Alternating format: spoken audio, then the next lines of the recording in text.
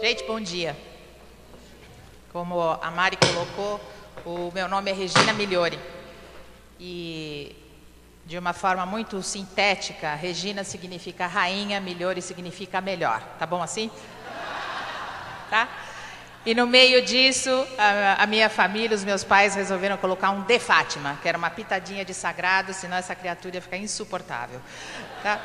Mas por conta disso, e tendo a possibilidade de honrar esse melhor que existe no meu nome, por alguma razão que ao longo da vida a gente vai tentando identificar, quando eu iniciei a minha trajetória profissional, meu desejo era ser diplomata. E por conta disso eu fui estudar Direito e Letras, aprender muitas línguas e obrigatoriamente passar pela faculdade de Direito para seguir a carreira diplomática. E hoje eu percebo que o meu coração me dizia é o que eu faço hoje. Logo percebi que o meu trajeto não seria pela diplomacia, e sim por aquilo que hoje a gente vê, inclusive nesse ambiente, essa trajetória possível de construção de uma cultura de paz, de uma proposta de educação em valores humanos e daquilo que eu acabei identificando como uma possibilidade de desenvolvimento do potencial ético dos seres humanos. E ao longo dessa trajetória, na década de 70, né, quando muita gente aqui sequer tinha nascido, né, eu já estava lá, eu tentei conduzir essa minha trajetória e buscar conhecimento a respeito disso. E por conta disso, na década de 70, eu tentei 2 pós-graduações na época, aqui na universidade, na USP, e eu fui expulsa 2 vezes, por conta daquilo que foi considerado um tema que banalizava o conhecimento. E a partir daí eu segui a minha trajetória, buscando identificar isso como fosse possível, e iniciei a minha atuação profissional naquilo que me era possível. Fui advogar, já que eu era advogada, advoguei na área penal durante alguns anos, trabalhava como professora, eu dava aula, por uma série de circunstâncias me tornei sócia de uma das primeiras empresas de implantação de sistemas automatizados, a convivência com a tecnologia. O mundo ainda não era deste jeito e existia vida inteligente sobre o planeta, tá? A gente não tinha um computador 100% do tempo à nossa frente, as coisas rolavam. E, além disso, eu também tive uma outra oportunidade, que foi de participar de uma das primeiras, se não a primeira empresa exportadora de vestidos de noiva. E foi com os vestidos de noiva que eu conheci as diferentes tradições ao redor do mundo, porque o mundo inteiro se casa e nós fomos a primeira empresa a exportar vestidos de noiva. E eu precisava entender como é que esses casamentos ocorriam. Isso aconteceu durante uns 10 anos e, ao mesmo tempo, eu também pude participar durante quase 20 anos de uma companhia de dança muito querida aqui de São Paulo. E eu convivi durante esse tempo todo com o mundo do crime, o mundo da educação, o mundo das empresas, da tecnologia, os vestidos de noiva, o mundo da dança, da produção artística. E nisso tudo eu fui percebendo traços comuns, bons, não tão bons. E isso foi me encaminhando para a tentativa de entendimento do que é isso. Alguém que está com o dedo no gatilho tem uma capacidade de atenção, de concentração impressionante. E, às vezes, eu não via essa mesma capacidade, essa mesma competência em sala de aula. Se eu chegasse no fórum para advogar com algum vestígio da bailarina, as pessoas olhavam para mim e diziam assim, o que essa menina está querendo vir aqui fazer um júri? E a justificativa de todo mundo é que aquele era um ambiente conservador, fechado, tradicional e, por isso, preconceituoso. Mas, ai de mim, se eu aparecesse à noite no ensaio da companhia de dança, ali todo mundo, né, década de 70, gente, revolucionário, né, libertador, democrático, etc, etc, todo mundo com cabelo por aqui, 400 brincos na orelha. Esse povo olhava para mim, aquela criatura de blazer, pasta, óculos, e dizia assim, o que essa perua está fazendo aqui? E eu fui percebendo traços comuns a ambientes tão diversos. E isso foi me encaminhando para tentar entender isso. E a primeira tentativa foi buscar algo que a gente pode identificar como potencial humano e como é que a gente pode vir a desenvolver isso. Mas eu também descobri que não basta ser inteligente, competente, transformador, porque há muita gente inteligente, competente e transformadora que põe tudo isso a serviço da destruição. E eu percebi que, além do potencial humano, havia necessidade de agregar mais uma esfera, a esfera dos valores humanos universais. Qualquer ser humano é capaz de reconhecer uma ação amorosa. Qualquer ser humano é capaz de reconhecer uma ação benéfica, independente de faixa etária, nível socioeconômico, grau de escolaridade, nacionalidade. Nós estamos falando de alguma coisa que é universal. E foi por conta disso que eu fui me aprofundando nessas possibilidades, e o que eu trouxe aqui para a gente conversar muito rapidamente é que há em nós, além de toda esta dinâmica filosófica, psicológica, pedagógica, há hoje uma dinâmica já identificada e que pode sim ser muito favorável àquilo que a gente entende como um potencial ético no ser humano. Alguma coisa que vem de fábrica e que está no nosso cérebro e que pode vir a ser desenvolvida. Por conta disso, a gente pode falar de neurociências e um potencial ético das pessoas. E isso se torna extremamente necessário porque hoje a nossa responsabilidade ficou desse tamanho. E a gente tem hoje uma nova categoria de desafios. Nós precisamos hoje, na atualidade, na nossa vez, nos entendermos como humanidade para conseguirmos resolver uma nova categoria de desafios.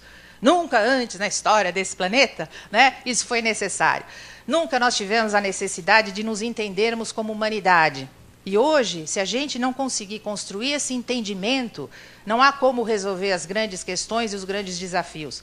O desafio climático, os desafios econômicos, a difusão da miséria e do sofrimento, isso tudo exige providências cujos mecanismos requerem um entendimento global, como humanidade. E esses mecanismos não estão prontos, precisam ser construídos e dependem das nossas inteligências. E por conta disso, esse mistério que é a nossa existência. Opa! Quando a gente fala aqui, vamos voltar. Oi! Quando a gente fala, vai Danilo, o próximo, aí.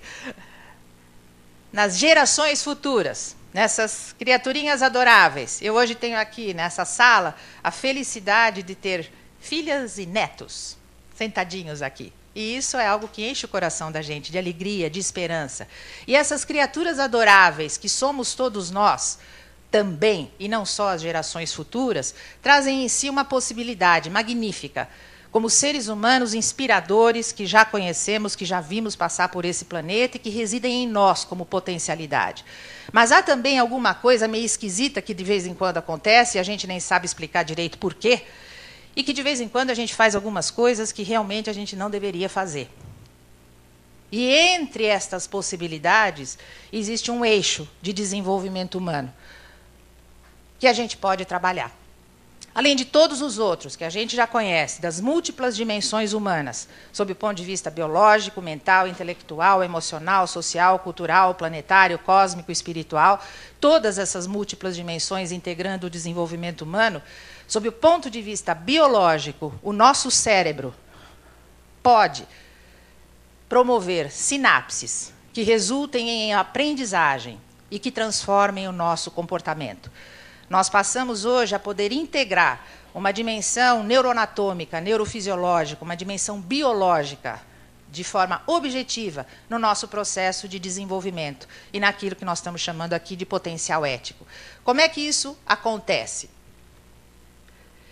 Existem comportamentos que são de âmbito exclusivamente fisiológico. A nossa temperatura, por exemplo. A necessidade de controle da temperatura é uma necessidade fisiológica. E o controle da nossa temperatura também é fisiológico.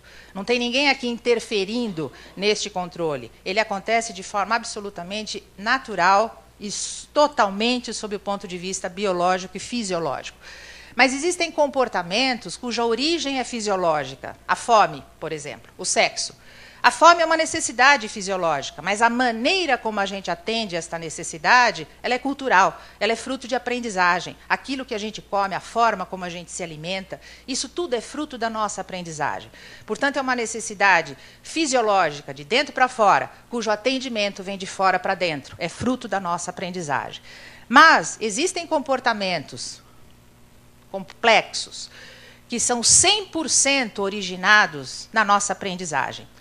Comportamentos que se transformam em necessidades fisiológicas. E essa é a grande novidade que a gente está conseguindo identificar. Como é que os nossos comportamentos, como é que os nossos hábitos adquiridos de fora para dentro interferem na nossa estrutura neuroanatômica e neurofisiológica. E a partir deste entendimento de que há comportamentos que são adquiridos de fora para dentro, mas que produzem mudanças estruturais, neuroanatômicas no nosso cérebro, e um dos exemplos disso é o consumo. Tudo aquilo que se transforma num hábito altera determinadas vias, determinadas redes neurais que existem no nosso cérebro. Existe um neurotransmissor chamado dopamina, que é um neurotransmissor excitatório, e esse neurotransmissor produz a necessidade de que os dois neurônios que estão ali conversando possam capturar este excesso de dopamina. E com isso a gente vai aumentando os receptores da dopamina. E com isso a gente vai fortalecendo determinadas redes neurais cujo foco é a recompensa imediata, cujo foco é o prazer imediato. E seguramente nesta mesma rede neural, onde a gente produz o processamento do prazer do consumo, a gente também produz o processamento das nossas compulsões, o processamento dos nossos vícios, o processamento da cocaína, tudo isso está na mesma via. E eu acho que é muito fácil a gente começar a estabelecer relações a respeito desses nossos comportamentos e de uma viabilidade biológica que a gente poderia desenvolver de uma outra forma. E por conta disso, temos também uma outra possibilidade. Se estamos desenvolvendo nesta área mais primitiva do cérebro e fortalecendo redes neurais com foco nesse sistema de recompensa imediata, também há muito pouco tempo ficamos sabendo que existe uma outra coisa em nós absolutamente magnífica, aquilo que a gente vem chamando de cérebro ético. Esse crânio que está nessa imagem é de um rapaz que viveu há pouco mais de 100 anos, chamado Phineas Cage. Esse rapaz viveu nos Estados Unidos, era um operário da construção civil, sofreu um acidente, essa barra vermelha é a barra que atravessou o cérebro do Phineas Cage, milagrosamente ele não morreu, se salvou e ficou perfeito. Mudou uma única coisa no Phineas Cage, o seu comportamento.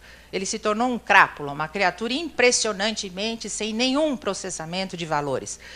Se afastou de todo mundo, acabou morrendo sozinho, e somente o médico que acompanhou o Phineas Cage, intrigado com aquela mudança de comportamento tão exagerada, pediu licença à família para guardar o crânio do Phineas Cage. E esse crânio hoje está na Universidade de Harvard, foi recuperado por um neurocientista chamado Antônio Damasio.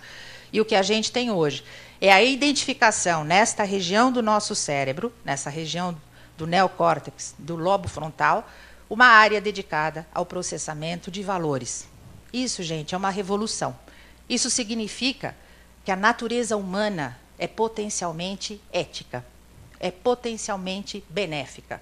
E sabendo disso, que isso é uma potencialidade, o que a gente precisa fazer? Fortalecer isso, desenvolver essa possibilidade.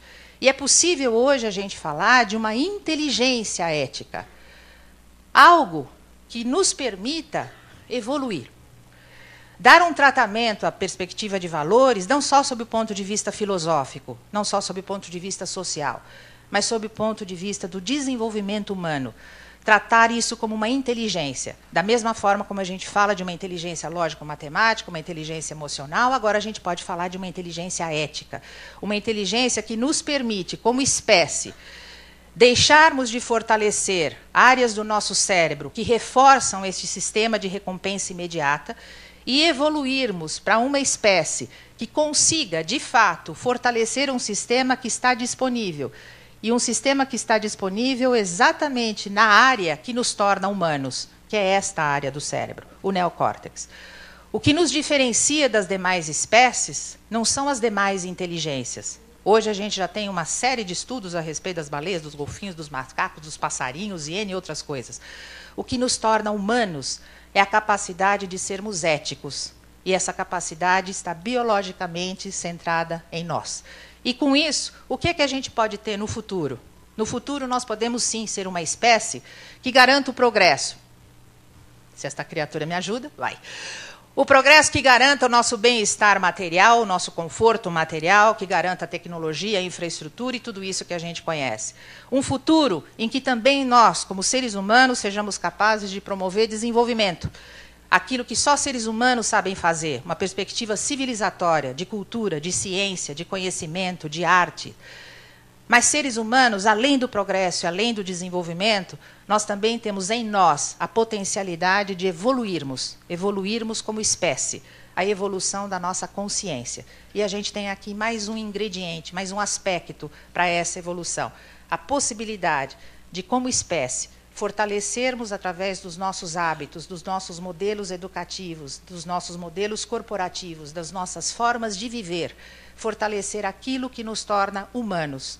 Um neocórtex onde foi possível identificar uma área dedicada ao processamento de valores. E eu espero, do fundo do meu coração, que nós sejamos suficientemente inteligentes, criativos e competentes para realizarmos isso e darmos respostas éticas e benéficas às demandas que a vida está nos fazendo. Obrigada, gente. Um beijo para vocês.